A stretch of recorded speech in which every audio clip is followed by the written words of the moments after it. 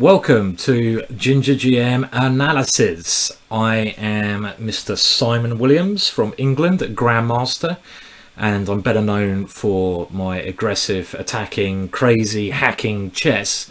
And I'm going to be doing a couple of videos, very fortunately, for Chess.com, or for the YouTube channel. You may have sort of heard from me on the normal website, Chess.com, where I do a fair few videos and stuff like that. And I'm basically here for a bit of enjoyment, try to teach you something, have a bit of fun, and show you some amazing games today. That's my aim today.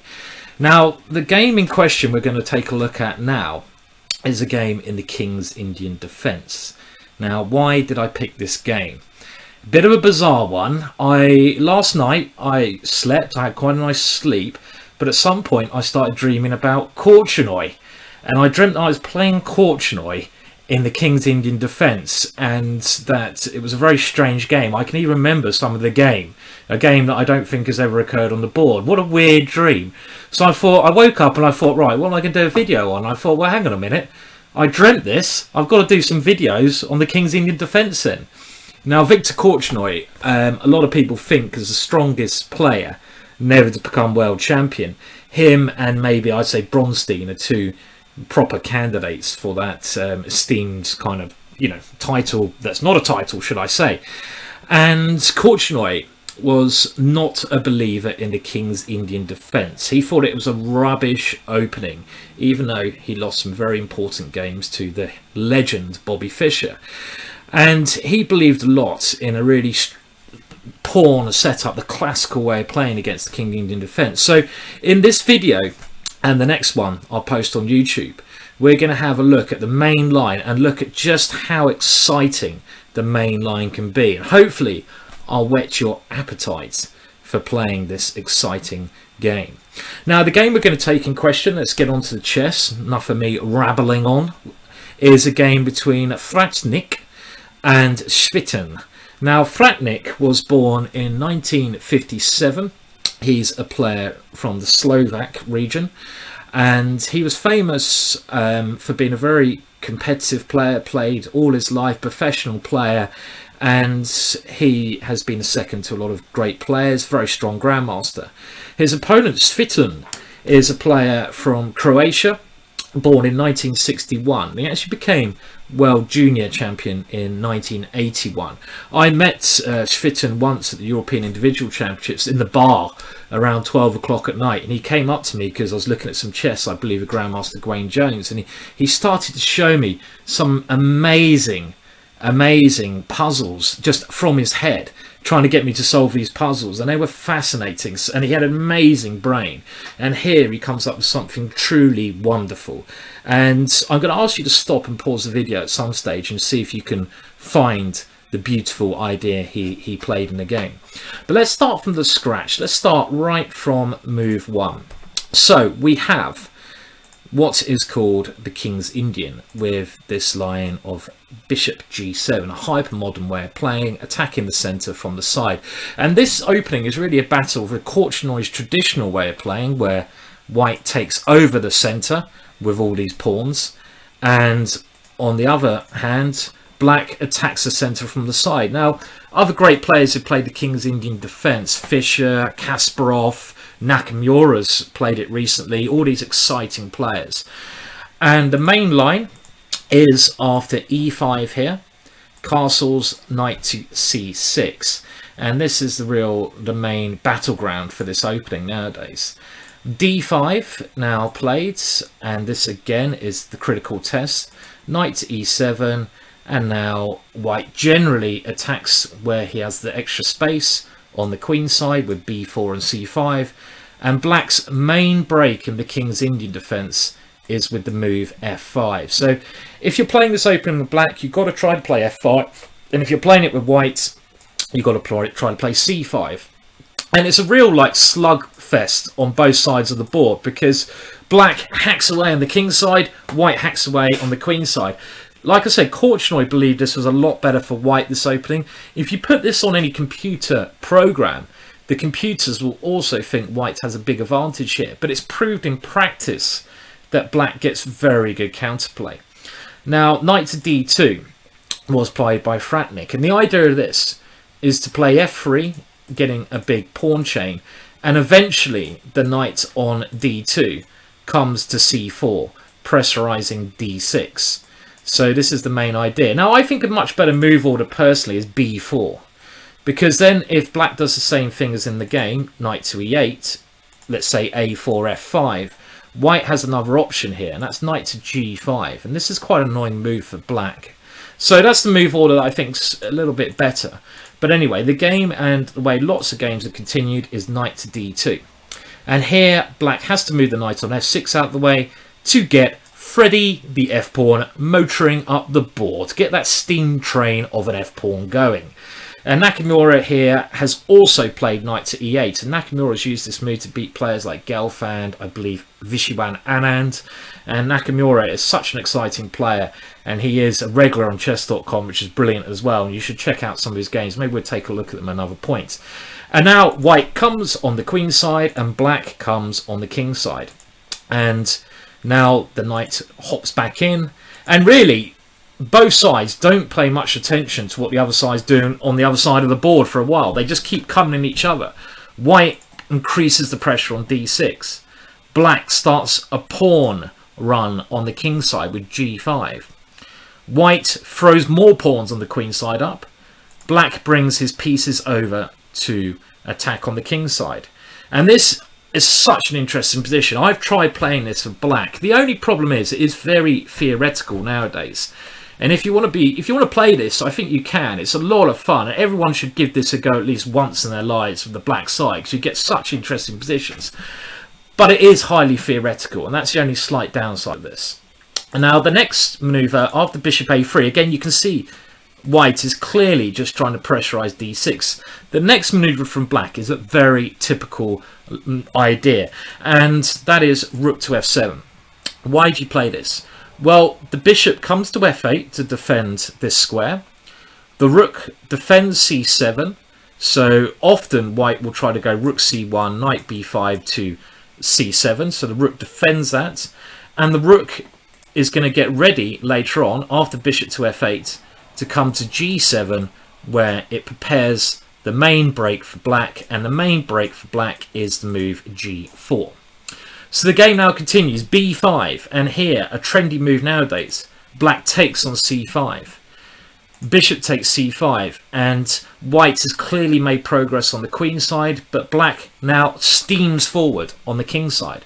a5, g4, the race occurs. Now, I always personally prefer racing against my opponent's king than racing on the queen side, because if my attack is successful, it's checkmate, end of game, I go to the bar.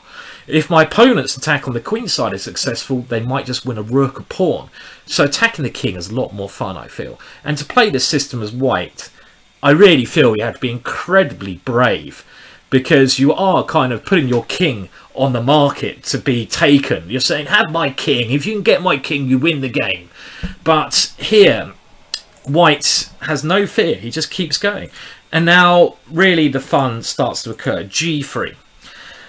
Now, what can white do here? Well, white has to be very careful. If white continues now, always you have to, you know, take defensive measures out as well as attacking. If white continues to attack with something like knight b5, then black can play very strongly now with, well, can you see the attack? Again, I will tell you to pause the video at certain stages, see if you can spot the good moves here. What is a good move for black here? Very thematic.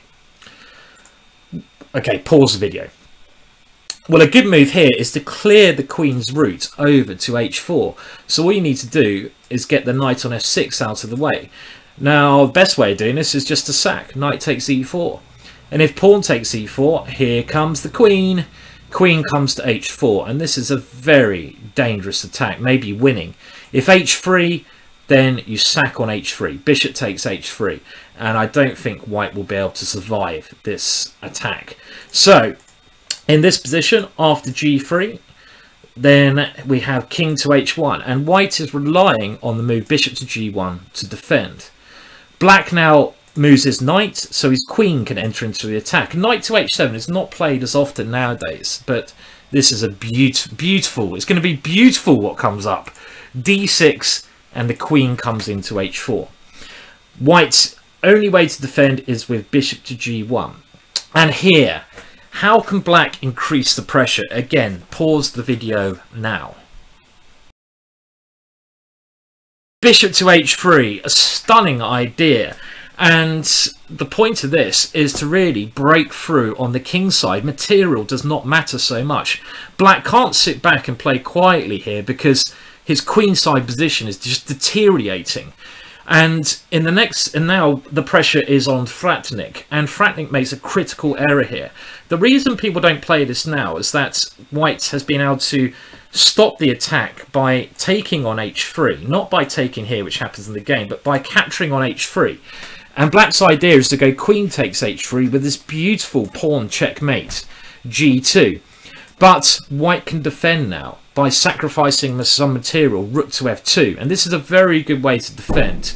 When White takes on f2, bishop takes f2. But now White has managed to cover most of his threats against his king, because Black doesn't have a lot of pieces attacking. This position has been found to be good for White now. For example, White's pressure on the queen side now comes through. For example, if Black takes on b6, White continues, and we can see White's pieces start flooding in. And eventually, after something like this, White can even take over the initiative on the king side. And this is found to be a good line for White. So this is the refutation of Black's idea after bishop to h3. But in the game, White missed Black's idea, and White missed this beautiful, the main idea behind bishop to h3, which I'm going to see if you can work out. And White now played b takes c7. So, pause the video, and in my opinion, what occurs now is one of the most beautiful checkmates I've ever seen in chess.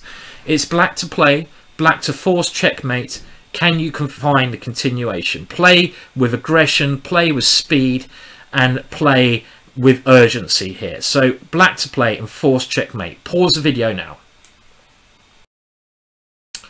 Well, Black can play a completely stunning idea here by playing, first of all, you've got to look for checks and captures. You've got to look for aggressive moves. Bishop takes g2 check. Bang! King takes g2.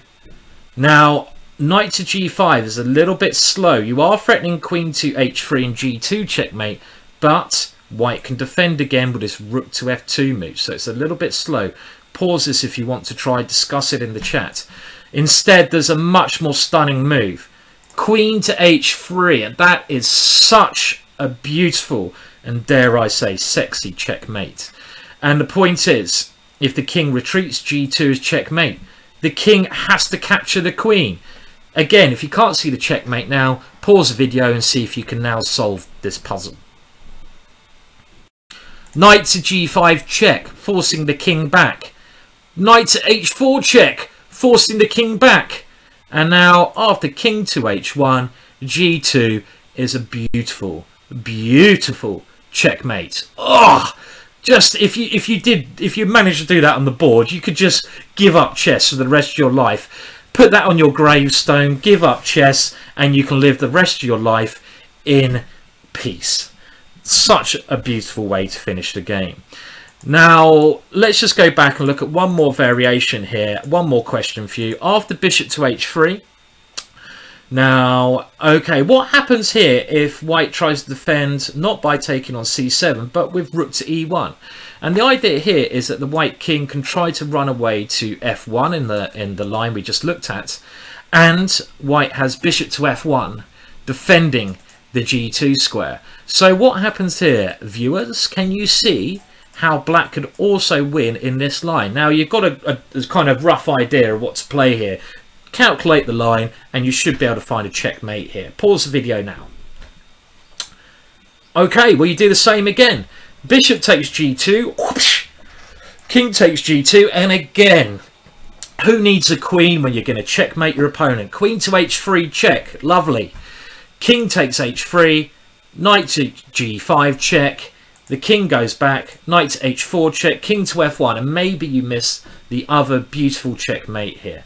g2 check, king to f2, and now knight to h3 checkmate. That feels so good! And a beautiful checkmate. Now, I thought I'd include this game right from the start. You may have seen I posted a similar checkmate on my own YouTube channel, but this checkmate, I wanted to go through the opening moves just to get an idea about this opening. And in the next video, we're going to look at another King's Indian game from the start, because I want to show you just how much fun the King's Indian defense can be to play. Now, I recommend you go on the Chess.com site. And if you're not a member, if you sign up for what I think is a great deal on Chess.com, you can get your hands on a lot of videos. I can't remember the name of the Grandmaster, but a Grandmaster goes over the opening ideas in the King's Indian defense with some excellent videos. And if you look at those videos, you'll have an idea how to play this very fun opening. So hope you enjoyed that game. I'm going to show you another brilliant King's Indian game in my next video. And well, is it a good thing I'm dreaming about Korchnoi? I have to say I'm not dreaming those kind of dreams, just in case you're wondering. But let's see who I dream about next anyway. And Korchnoi, a legend in chess, but here I'm going to show you some games where you can play the King's Indian in beautiful fashion. So thanks for viewing. Please leave your comments in the chat below. Please like my videos. Please share the videos, and just thank you again. And if you show interest in this, I'll keep posting videos. Cheers for now.